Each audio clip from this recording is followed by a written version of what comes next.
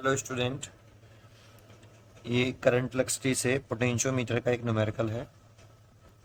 A potentiometer a standard cell of EMF 5 volt and negligible internal resistance maintain a steady current through a potentiometer wire of length 5 meter.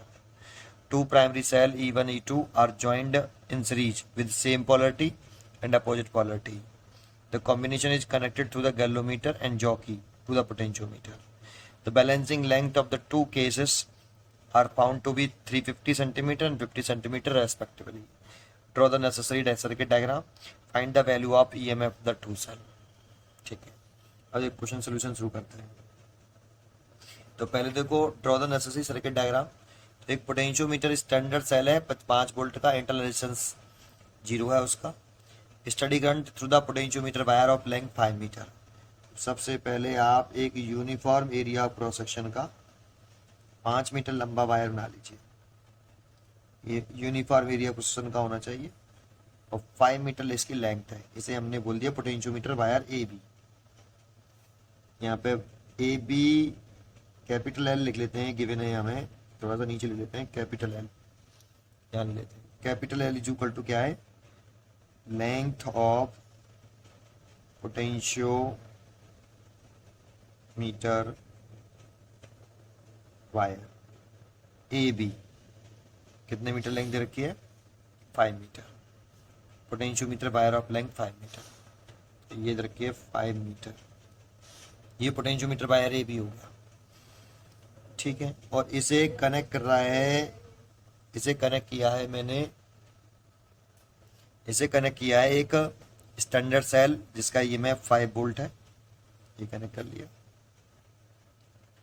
और इसका EMF हो गया ये 5 volt और इसका internal resistance 0 है। देखो, अगर किसी सेल का इंटरनल रेजिस्टेंस 0 होता है तो फॉर्मूला होता है V is equal to E minus I R. अगर इंटरनल रेजिस्टेंस 0 होगा तो V और E इक्वल होंगे। V मतलब terminal potential difference of cell is of EMF of the cell. इसीलिए मैं ये दे रखा तो ईएमएफ ही है, लेकिन इस सेल का इंटरनल रेजिस्टेंस 0 है तो मैं इसे V कर लेता हूँ 5 वोल्ट। नेग्लिजिबल इंटर रेजिस्टेंस उसने बोला नेग्लिजिबल इंटर रेजिस्टेंस है, और ये बना लिया हमने। एक की लगा सकते हो आप, यहाँ कनेक्ट कर दिए मैंने इसको ऐसे।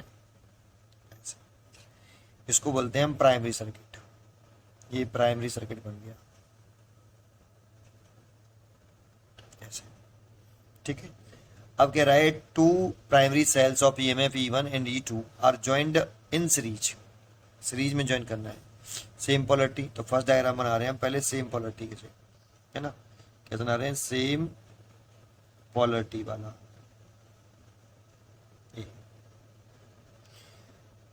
देखो सेम पोलरिटी,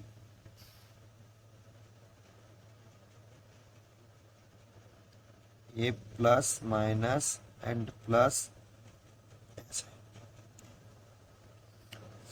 सेम पोलरिटी मतलब एक ही डायरेक्शन में करंट फ्लो करा है, इसको बोलते हैं सेम पोलरिटी। नेगेटिव से पॉजिटिव जोड़ना है, ये भी करंट इधर फ्लो कराएगा, ये भी करंट इधर फ्लो कराएगा। इस वाली कंडीशन को सेम पोलरिटी बोलते हैं। इसमें ईएमएफ है E1 और इसमें है ईएमएफ E2।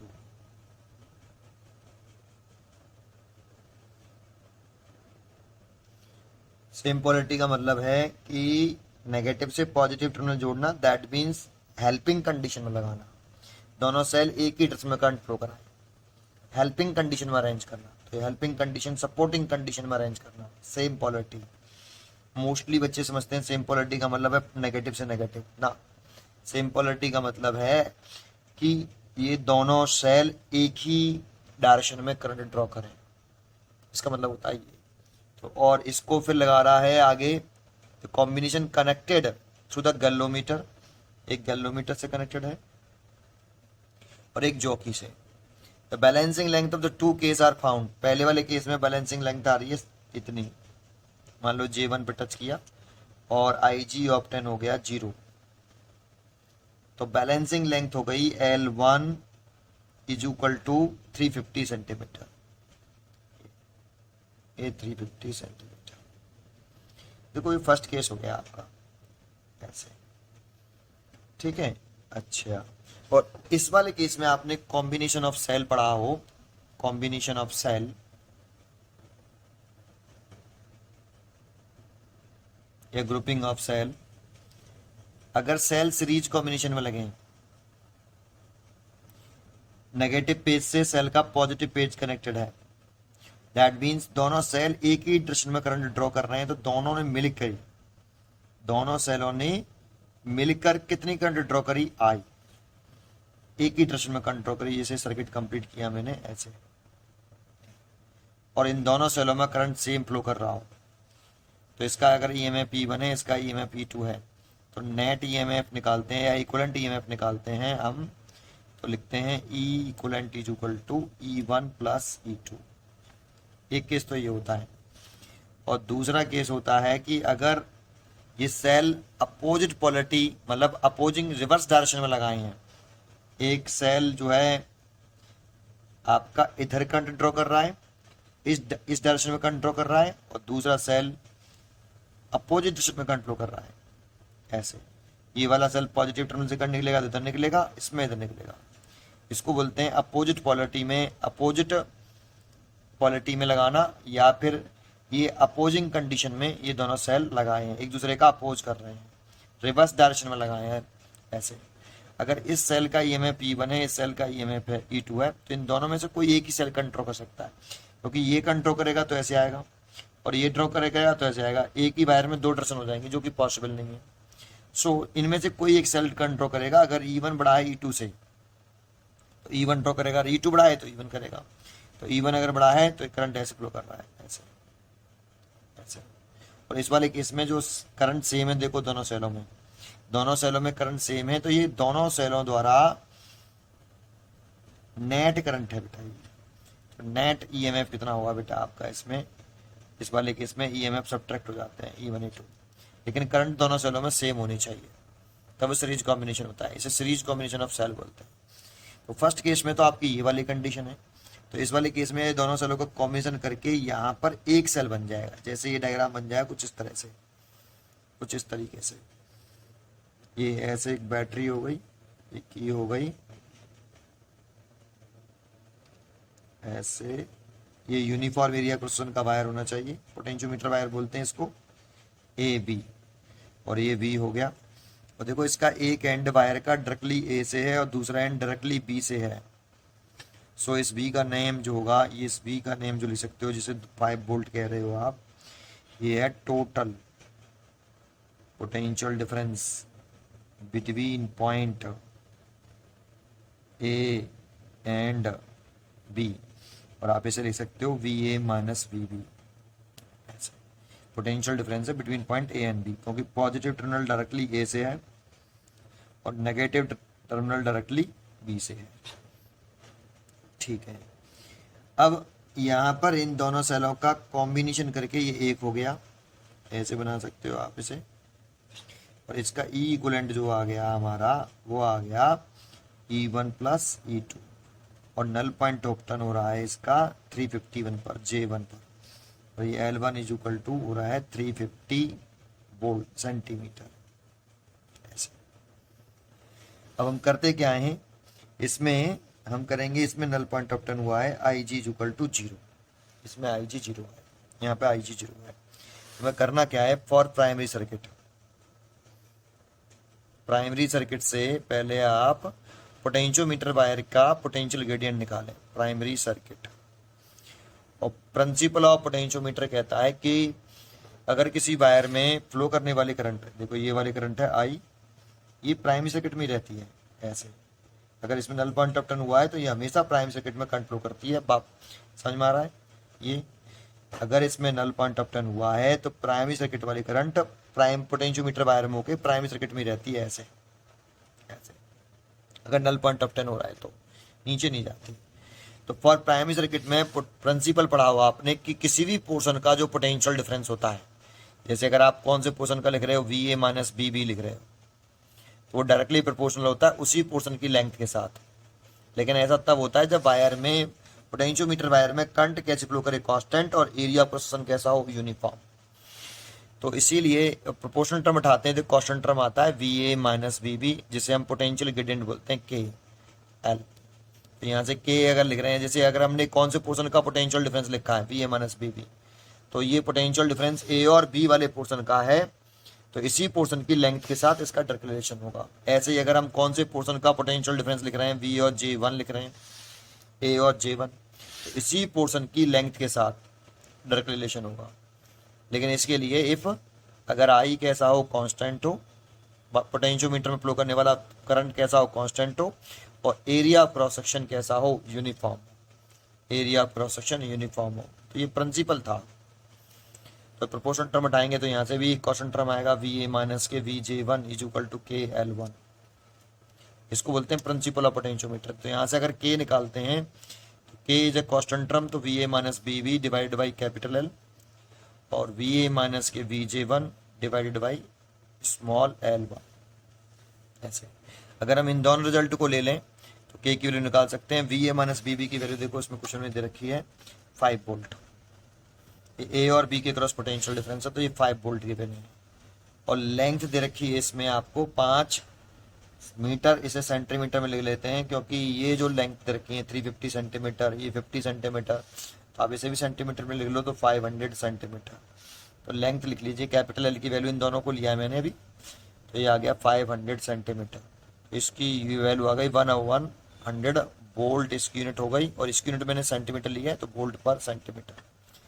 पोटेंशियल ग्रेडियंट आ गया। एंड अगर मैं इन दोनों को ले लूं ऐसे, तो V A minus K V J one जो आएगा वो आ जाएगा के एल वन, इक्वेशन फर्स्ट। ना अब हमें क्या करना है, फॉर सेकेंडरी सर्किट में जाना है। सेकेंडरी सर्किट, सेकेंडरी सर्किट में जाना है। ये सेकेंडरी सर्किट में अगर हम लिखें कि where we A minus K V J one, ये क्या चीज है, तो ये पोटेंशियल डिफरेंस है between point A and J one. अब देखो इस सेल का जो पॉजिटिव एंड है, यहां पे देख लो, इस सेल का जो पॉजिटिव एंड है वो डायरेक्टली किससे कनेक्टेड है, ए से, और नेगेटिव टर्मिनल डायरेक्टली किससे कनेक्टेड है, जे वन से। बच्चे सोचते हैं सर ये गैलोमीटर से कनेक्टेड है, गैलोमीटर का कुछ रेजिस्टेंस होगा, बिल्कुल ठीक, लेकिन इस गैलोमीटर में कोई नल पॉइंट ऑफ टर्न जाए तो कोई करंट फ्लो करेगी नहीं, और जब कोई करंट फ्लो नहीं करेगी तो इसका जो रेजिस्टेंस होगा वो यूजलेस होगा। इसीलिए हम कह सकते हैं सेल का नेगेटिव टर्मिनल डायरेक्टली किससे कनेक्टेड है, जे वन से। पॉजिटिव टर्मिनल डायरेक्टली ए से है और नेगेटिव टर्मिनल डायरेक्टली जे वन से है, तो इसीलिए इसका दूसरा नेम लिख सकते हैं टर्मिनल। आप लिख सकते हो इसका नाम terminal potential difference of cell equivalent. ऐसे अगर ये terminal potential difference of cell है इक्विवेलेंट का, तो आपने फॉर्मूला पढ़ा हुआ है एक V is equal to E minus I R. इसमें V का नाम भी टर्मिनल पोटेंशियल डिफरेंस होता है, E का नाम EMF, I का नाम करंट, और R internal resistance. V is a terminal potential difference of cell. अगर इसी का नाम ये है तो इस V की जगह पे हम ले सकते हैं VA माइनस के VJ1। सेकेंडरी सर्किट में लगा रहे हैं तो इसमें फ्लो करने वाली इस सेल में कितनी करंट फ्लो कर रही है, कोई करंट फ्लो नहीं कर रही, पूरा ब्रांच में कोई करंट ही नहीं है, तो करंट की वैल्यू कितनी, 0, और करंट की वैल्यू 0 लिख देंगे। पहले सेल का ईएमएफ लिख लें, ई की वैल्यू कितनी है, ई इक्विवेलेंट, ई की वैल्यू इस जगह पर ई की वैल्यू कितनी लिखें यहाँ, ई, तो ई इक्विवेलेंट दैट मीन्स लिख सकते हैं E1 प्लस E2। और करंट कितनी है, करंट है आपकी इस सर्किट में, सेकेंडरी सर्किट में यहाँ कोई करंट नहीं है, गैलोमीटर में करंट 0 है, तो ये करंट की वैल्यू 0, और इसका जो टोटल रेजिस्टेंस होगा वो भी लिख लेता हूँ, जो भी हुआ आर इक्विवेलेंट आ जाएगा ये, तो आर इक्विवेलेंट ये पूरा 0 यूज है। सो VA माइनस के VJ1 इज इक्वल टू आ गया E1 प्लस E2, ये क्वेश्चन नंबर 2। अगर ये देखो यहाँ से VA माइनस के VJ1 KL1 आया, यहाँ से VA माइनस के VJ2 KL2 आया। हमेशा पोटेंशियोमीटर के न्यूमेरिकल में हमें क्या करना होता है, कोई सा भी पोटेंशियोमीटर का न्यूमेरिकल हो उसमें हमें जो बैलेंसिंग पॉइंट है, जैसे J1 बैलेंसिंग पॉइंट है, ये वायर का जो पॉजिटिव एंड है, इन दोनों पॉइंटों के बीच में पोटेंशियल डिफरेंस निकालना होता है पोटेंशियल ग्रेडियंट से प्राइमरी सर्किट में, और सेकेंडरी सर्किट में इस वाले फॉर्मूले से, इससे, है ना, ए और J1 निकालना होता है, यहाँ से भी निकालना है, यहाँ से भी निकालना है, मैंने निकाला। और ये दोनों को आपको इक्वल करना है। अगर इन दोनों को आप इक्वल कर दो, देखो ये भी VA माइनस के VJ1 है, ये भी VA माइनस के VJ1 है, दोनों को इक्वल कर देंगे, यहाँ लिख सकते हो आप KL1 is equal to E1 plus E2। ये आपकी ये इक्वेशन हो गई आपकी, ये from equation first and second, ये रिजल्ट आ गया। अब देखो यहाँ के की वैल्यू निकाली आपने कितनी, ये तो यहाँ से E1 प्लस E2 की वैल्यू निकालें अगर हम, तो के की वैल्यू तो निकाल लिया आपने 1/100 ऐसे। और जो आपकी बैलेंसिंग लेंथ है L1 वो आपकी दे रखी है 350 सेंटीमीटर, तो यहाँ 350 सेंटीमीटर रख दें। देखो ये बोल्ट पर सेंटीमीटर था, ये सेंटीमीटर सेंटीमीटर सेंटीमीटर कट जाएगा, बोल्ट में ही आएगा। सो यहाँ से वैल्यू आई E1 प्लस E2 की वैल्यू आई, 0 से 0 कट गया 3.5, और ये इक्वेशन बनी आपकी थर्ड। सिमिलरली ऐसे ही सेम करना है। अब क्या करना है, सेकंड केस है जो इसमें है, वो क्या कह रहा है कि अगर अपोजिट पोलरिटी में जोड़ें सेलों को, दोनों को सीरीज में जोड़ना है, तो बैलेंसिंग लेंथ 50 सेंटीमीटर आती है, तो उसका भी डायग्राम बनाना पड़ेगा। तो उसका डायग्राम कैसे बनाना पड़ेगा, ये सेल बना लो बैटरी, ये 5 वोल्ट की बैटरी रखी है, V माना है मैंने, और इसकी वैल्यू VA माइनस है VB, क्योंकि इसका एक एंड सेल का डायरेक्टली इस पोटेंशियोमीटर वायर से कनेक्टेड है ऐसे, ये A है और ये B है। इसी का रेजिस्टेंस कंसीडर करते हैं इस वायर का, ऐसे पोटेंशियोमीटर वायर का रेजिस्टेंस होता है RAB मान लेते हैं, है ना। इसका कोई रेजिस्टेंस नहीं है बेटा, कंसीडर नहीं किया, रेजिस्टेंस तो होगा लेकिन कंसीडर नहीं करते, इग्नोर कर देते हैं इसको, इसका केवल इसका रेजिस्टेंस होता है। ऐसे ही यहाँ पे ये सेल अब कैसे लगाना है, अपोजिट पोलरिटी में, मतलब इस तरह से लगाना है, एक सेल लगा लें, फिर एक नेगेटिव, ये पॉजिटिव, ये अपोजिट पोलरिटी में लग रहे हैं, अपोजिट पोलरिटी है ना। ये करंट इधर नहीं ड्रॉ करेगा, ये वाला करंट इधर ड्रॉ करेगा, इसी को बोलेंगे अपोजिट पोलरिटी ऐसे। तो इसका EMF E1 है, इसका EMF E2 है, तो लेट कर लेते हैं E1 is greater than E2, और ये जॉकी टच कर रहे हैं, तो ये जॉकी टच करने पर बैलेंसिंग लेंथ आ रही है J2 पर, बैलेंसिंग लेंथ आ रही है L2 बराबर कितना 50 सेंटीमीटर पर ऐसे। अब इसका जब हम इक्विवेलेंट रेजिस्टेंस बनाएंगे, निकालेंगे नेट EMF निकालेंगे इसका, तो इसका नेट EMF आएगा, वो आएगा E1 माइनस E2। तो देखो सिमिलरली आपको जैसे ये क्वेश्चन सॉल्व किया है और प्राइमरी सर्किट के लिए आपने निकाला कि VA माइनस के VJ1/L1 आया, सेकेंडरी इसके लिए करेंगे तो बिल्कुल सेम करिए, तो रिजल्ट आ जाएगा इस तरीके से जैसे ये आया था, E1 plus E2 is equal to KL1, तो ये आएगा E1 minus E2 is equal to KL2। वही यहाँ पे net EMF E1 plus E2 था और बैलेंसिंग लेंथ L1 थी, तो ये सॉल्व करने पर आया था E1 plus E2 is equal to KL1। ऐसे ही यहाँ पर नेट EMF आ गया E1 माइनस K2, तो इसको इसकी बैलेंसिंग लेंथ L2 है, तो E1 minus E2 is equal to KL2, और E1 माइनस E2 अगर आगे वैल्यू पुट करें इसमें यहाँ, तो E1 माइनस E2 K की वैल्यू तो 1/100 है और L2 की वैल्यू 50 है, 0 से 0 कट गया, और ये हो गया E1 minus E2 is equal to 0.5। ये इक्वेशन नंबर 4 हो गई। और थर्ड और फोर्थ को अगर इक्वेशन को सॉल्व कर लें, ये था 3.5 इक्वेशन नंबर थर्ड, ये दोनों इक्वेशन को सॉल्व कर लें, देखो ये आ रही है 3.5। अगर हम दोनों इक्वेशनों को सॉल्व कर लेते हैं तो ये कैंसिल हो जाएगा, ये 2E1 और ये हो जाएगा आपका 4, तो E1 आ जाएगा 2 वोल्ट, एक तो E1 आ गया। ऐसे अगर E1 की वैल्यू इनमें से किसी एक में रख दें, जैसे 0.5 है ये, इसी में रख देते हैं, तो E1 minus E2 sorry E1 की वैल्यू रख दें 2 वोल्ट माइनस के E2 इज इक्वल टू 0.5, इसको इधर ले आए तो E2 is equal to 2 minus 0.5, तो E2 की वैल्यू आ जाएगी 1.5 वोल्ट।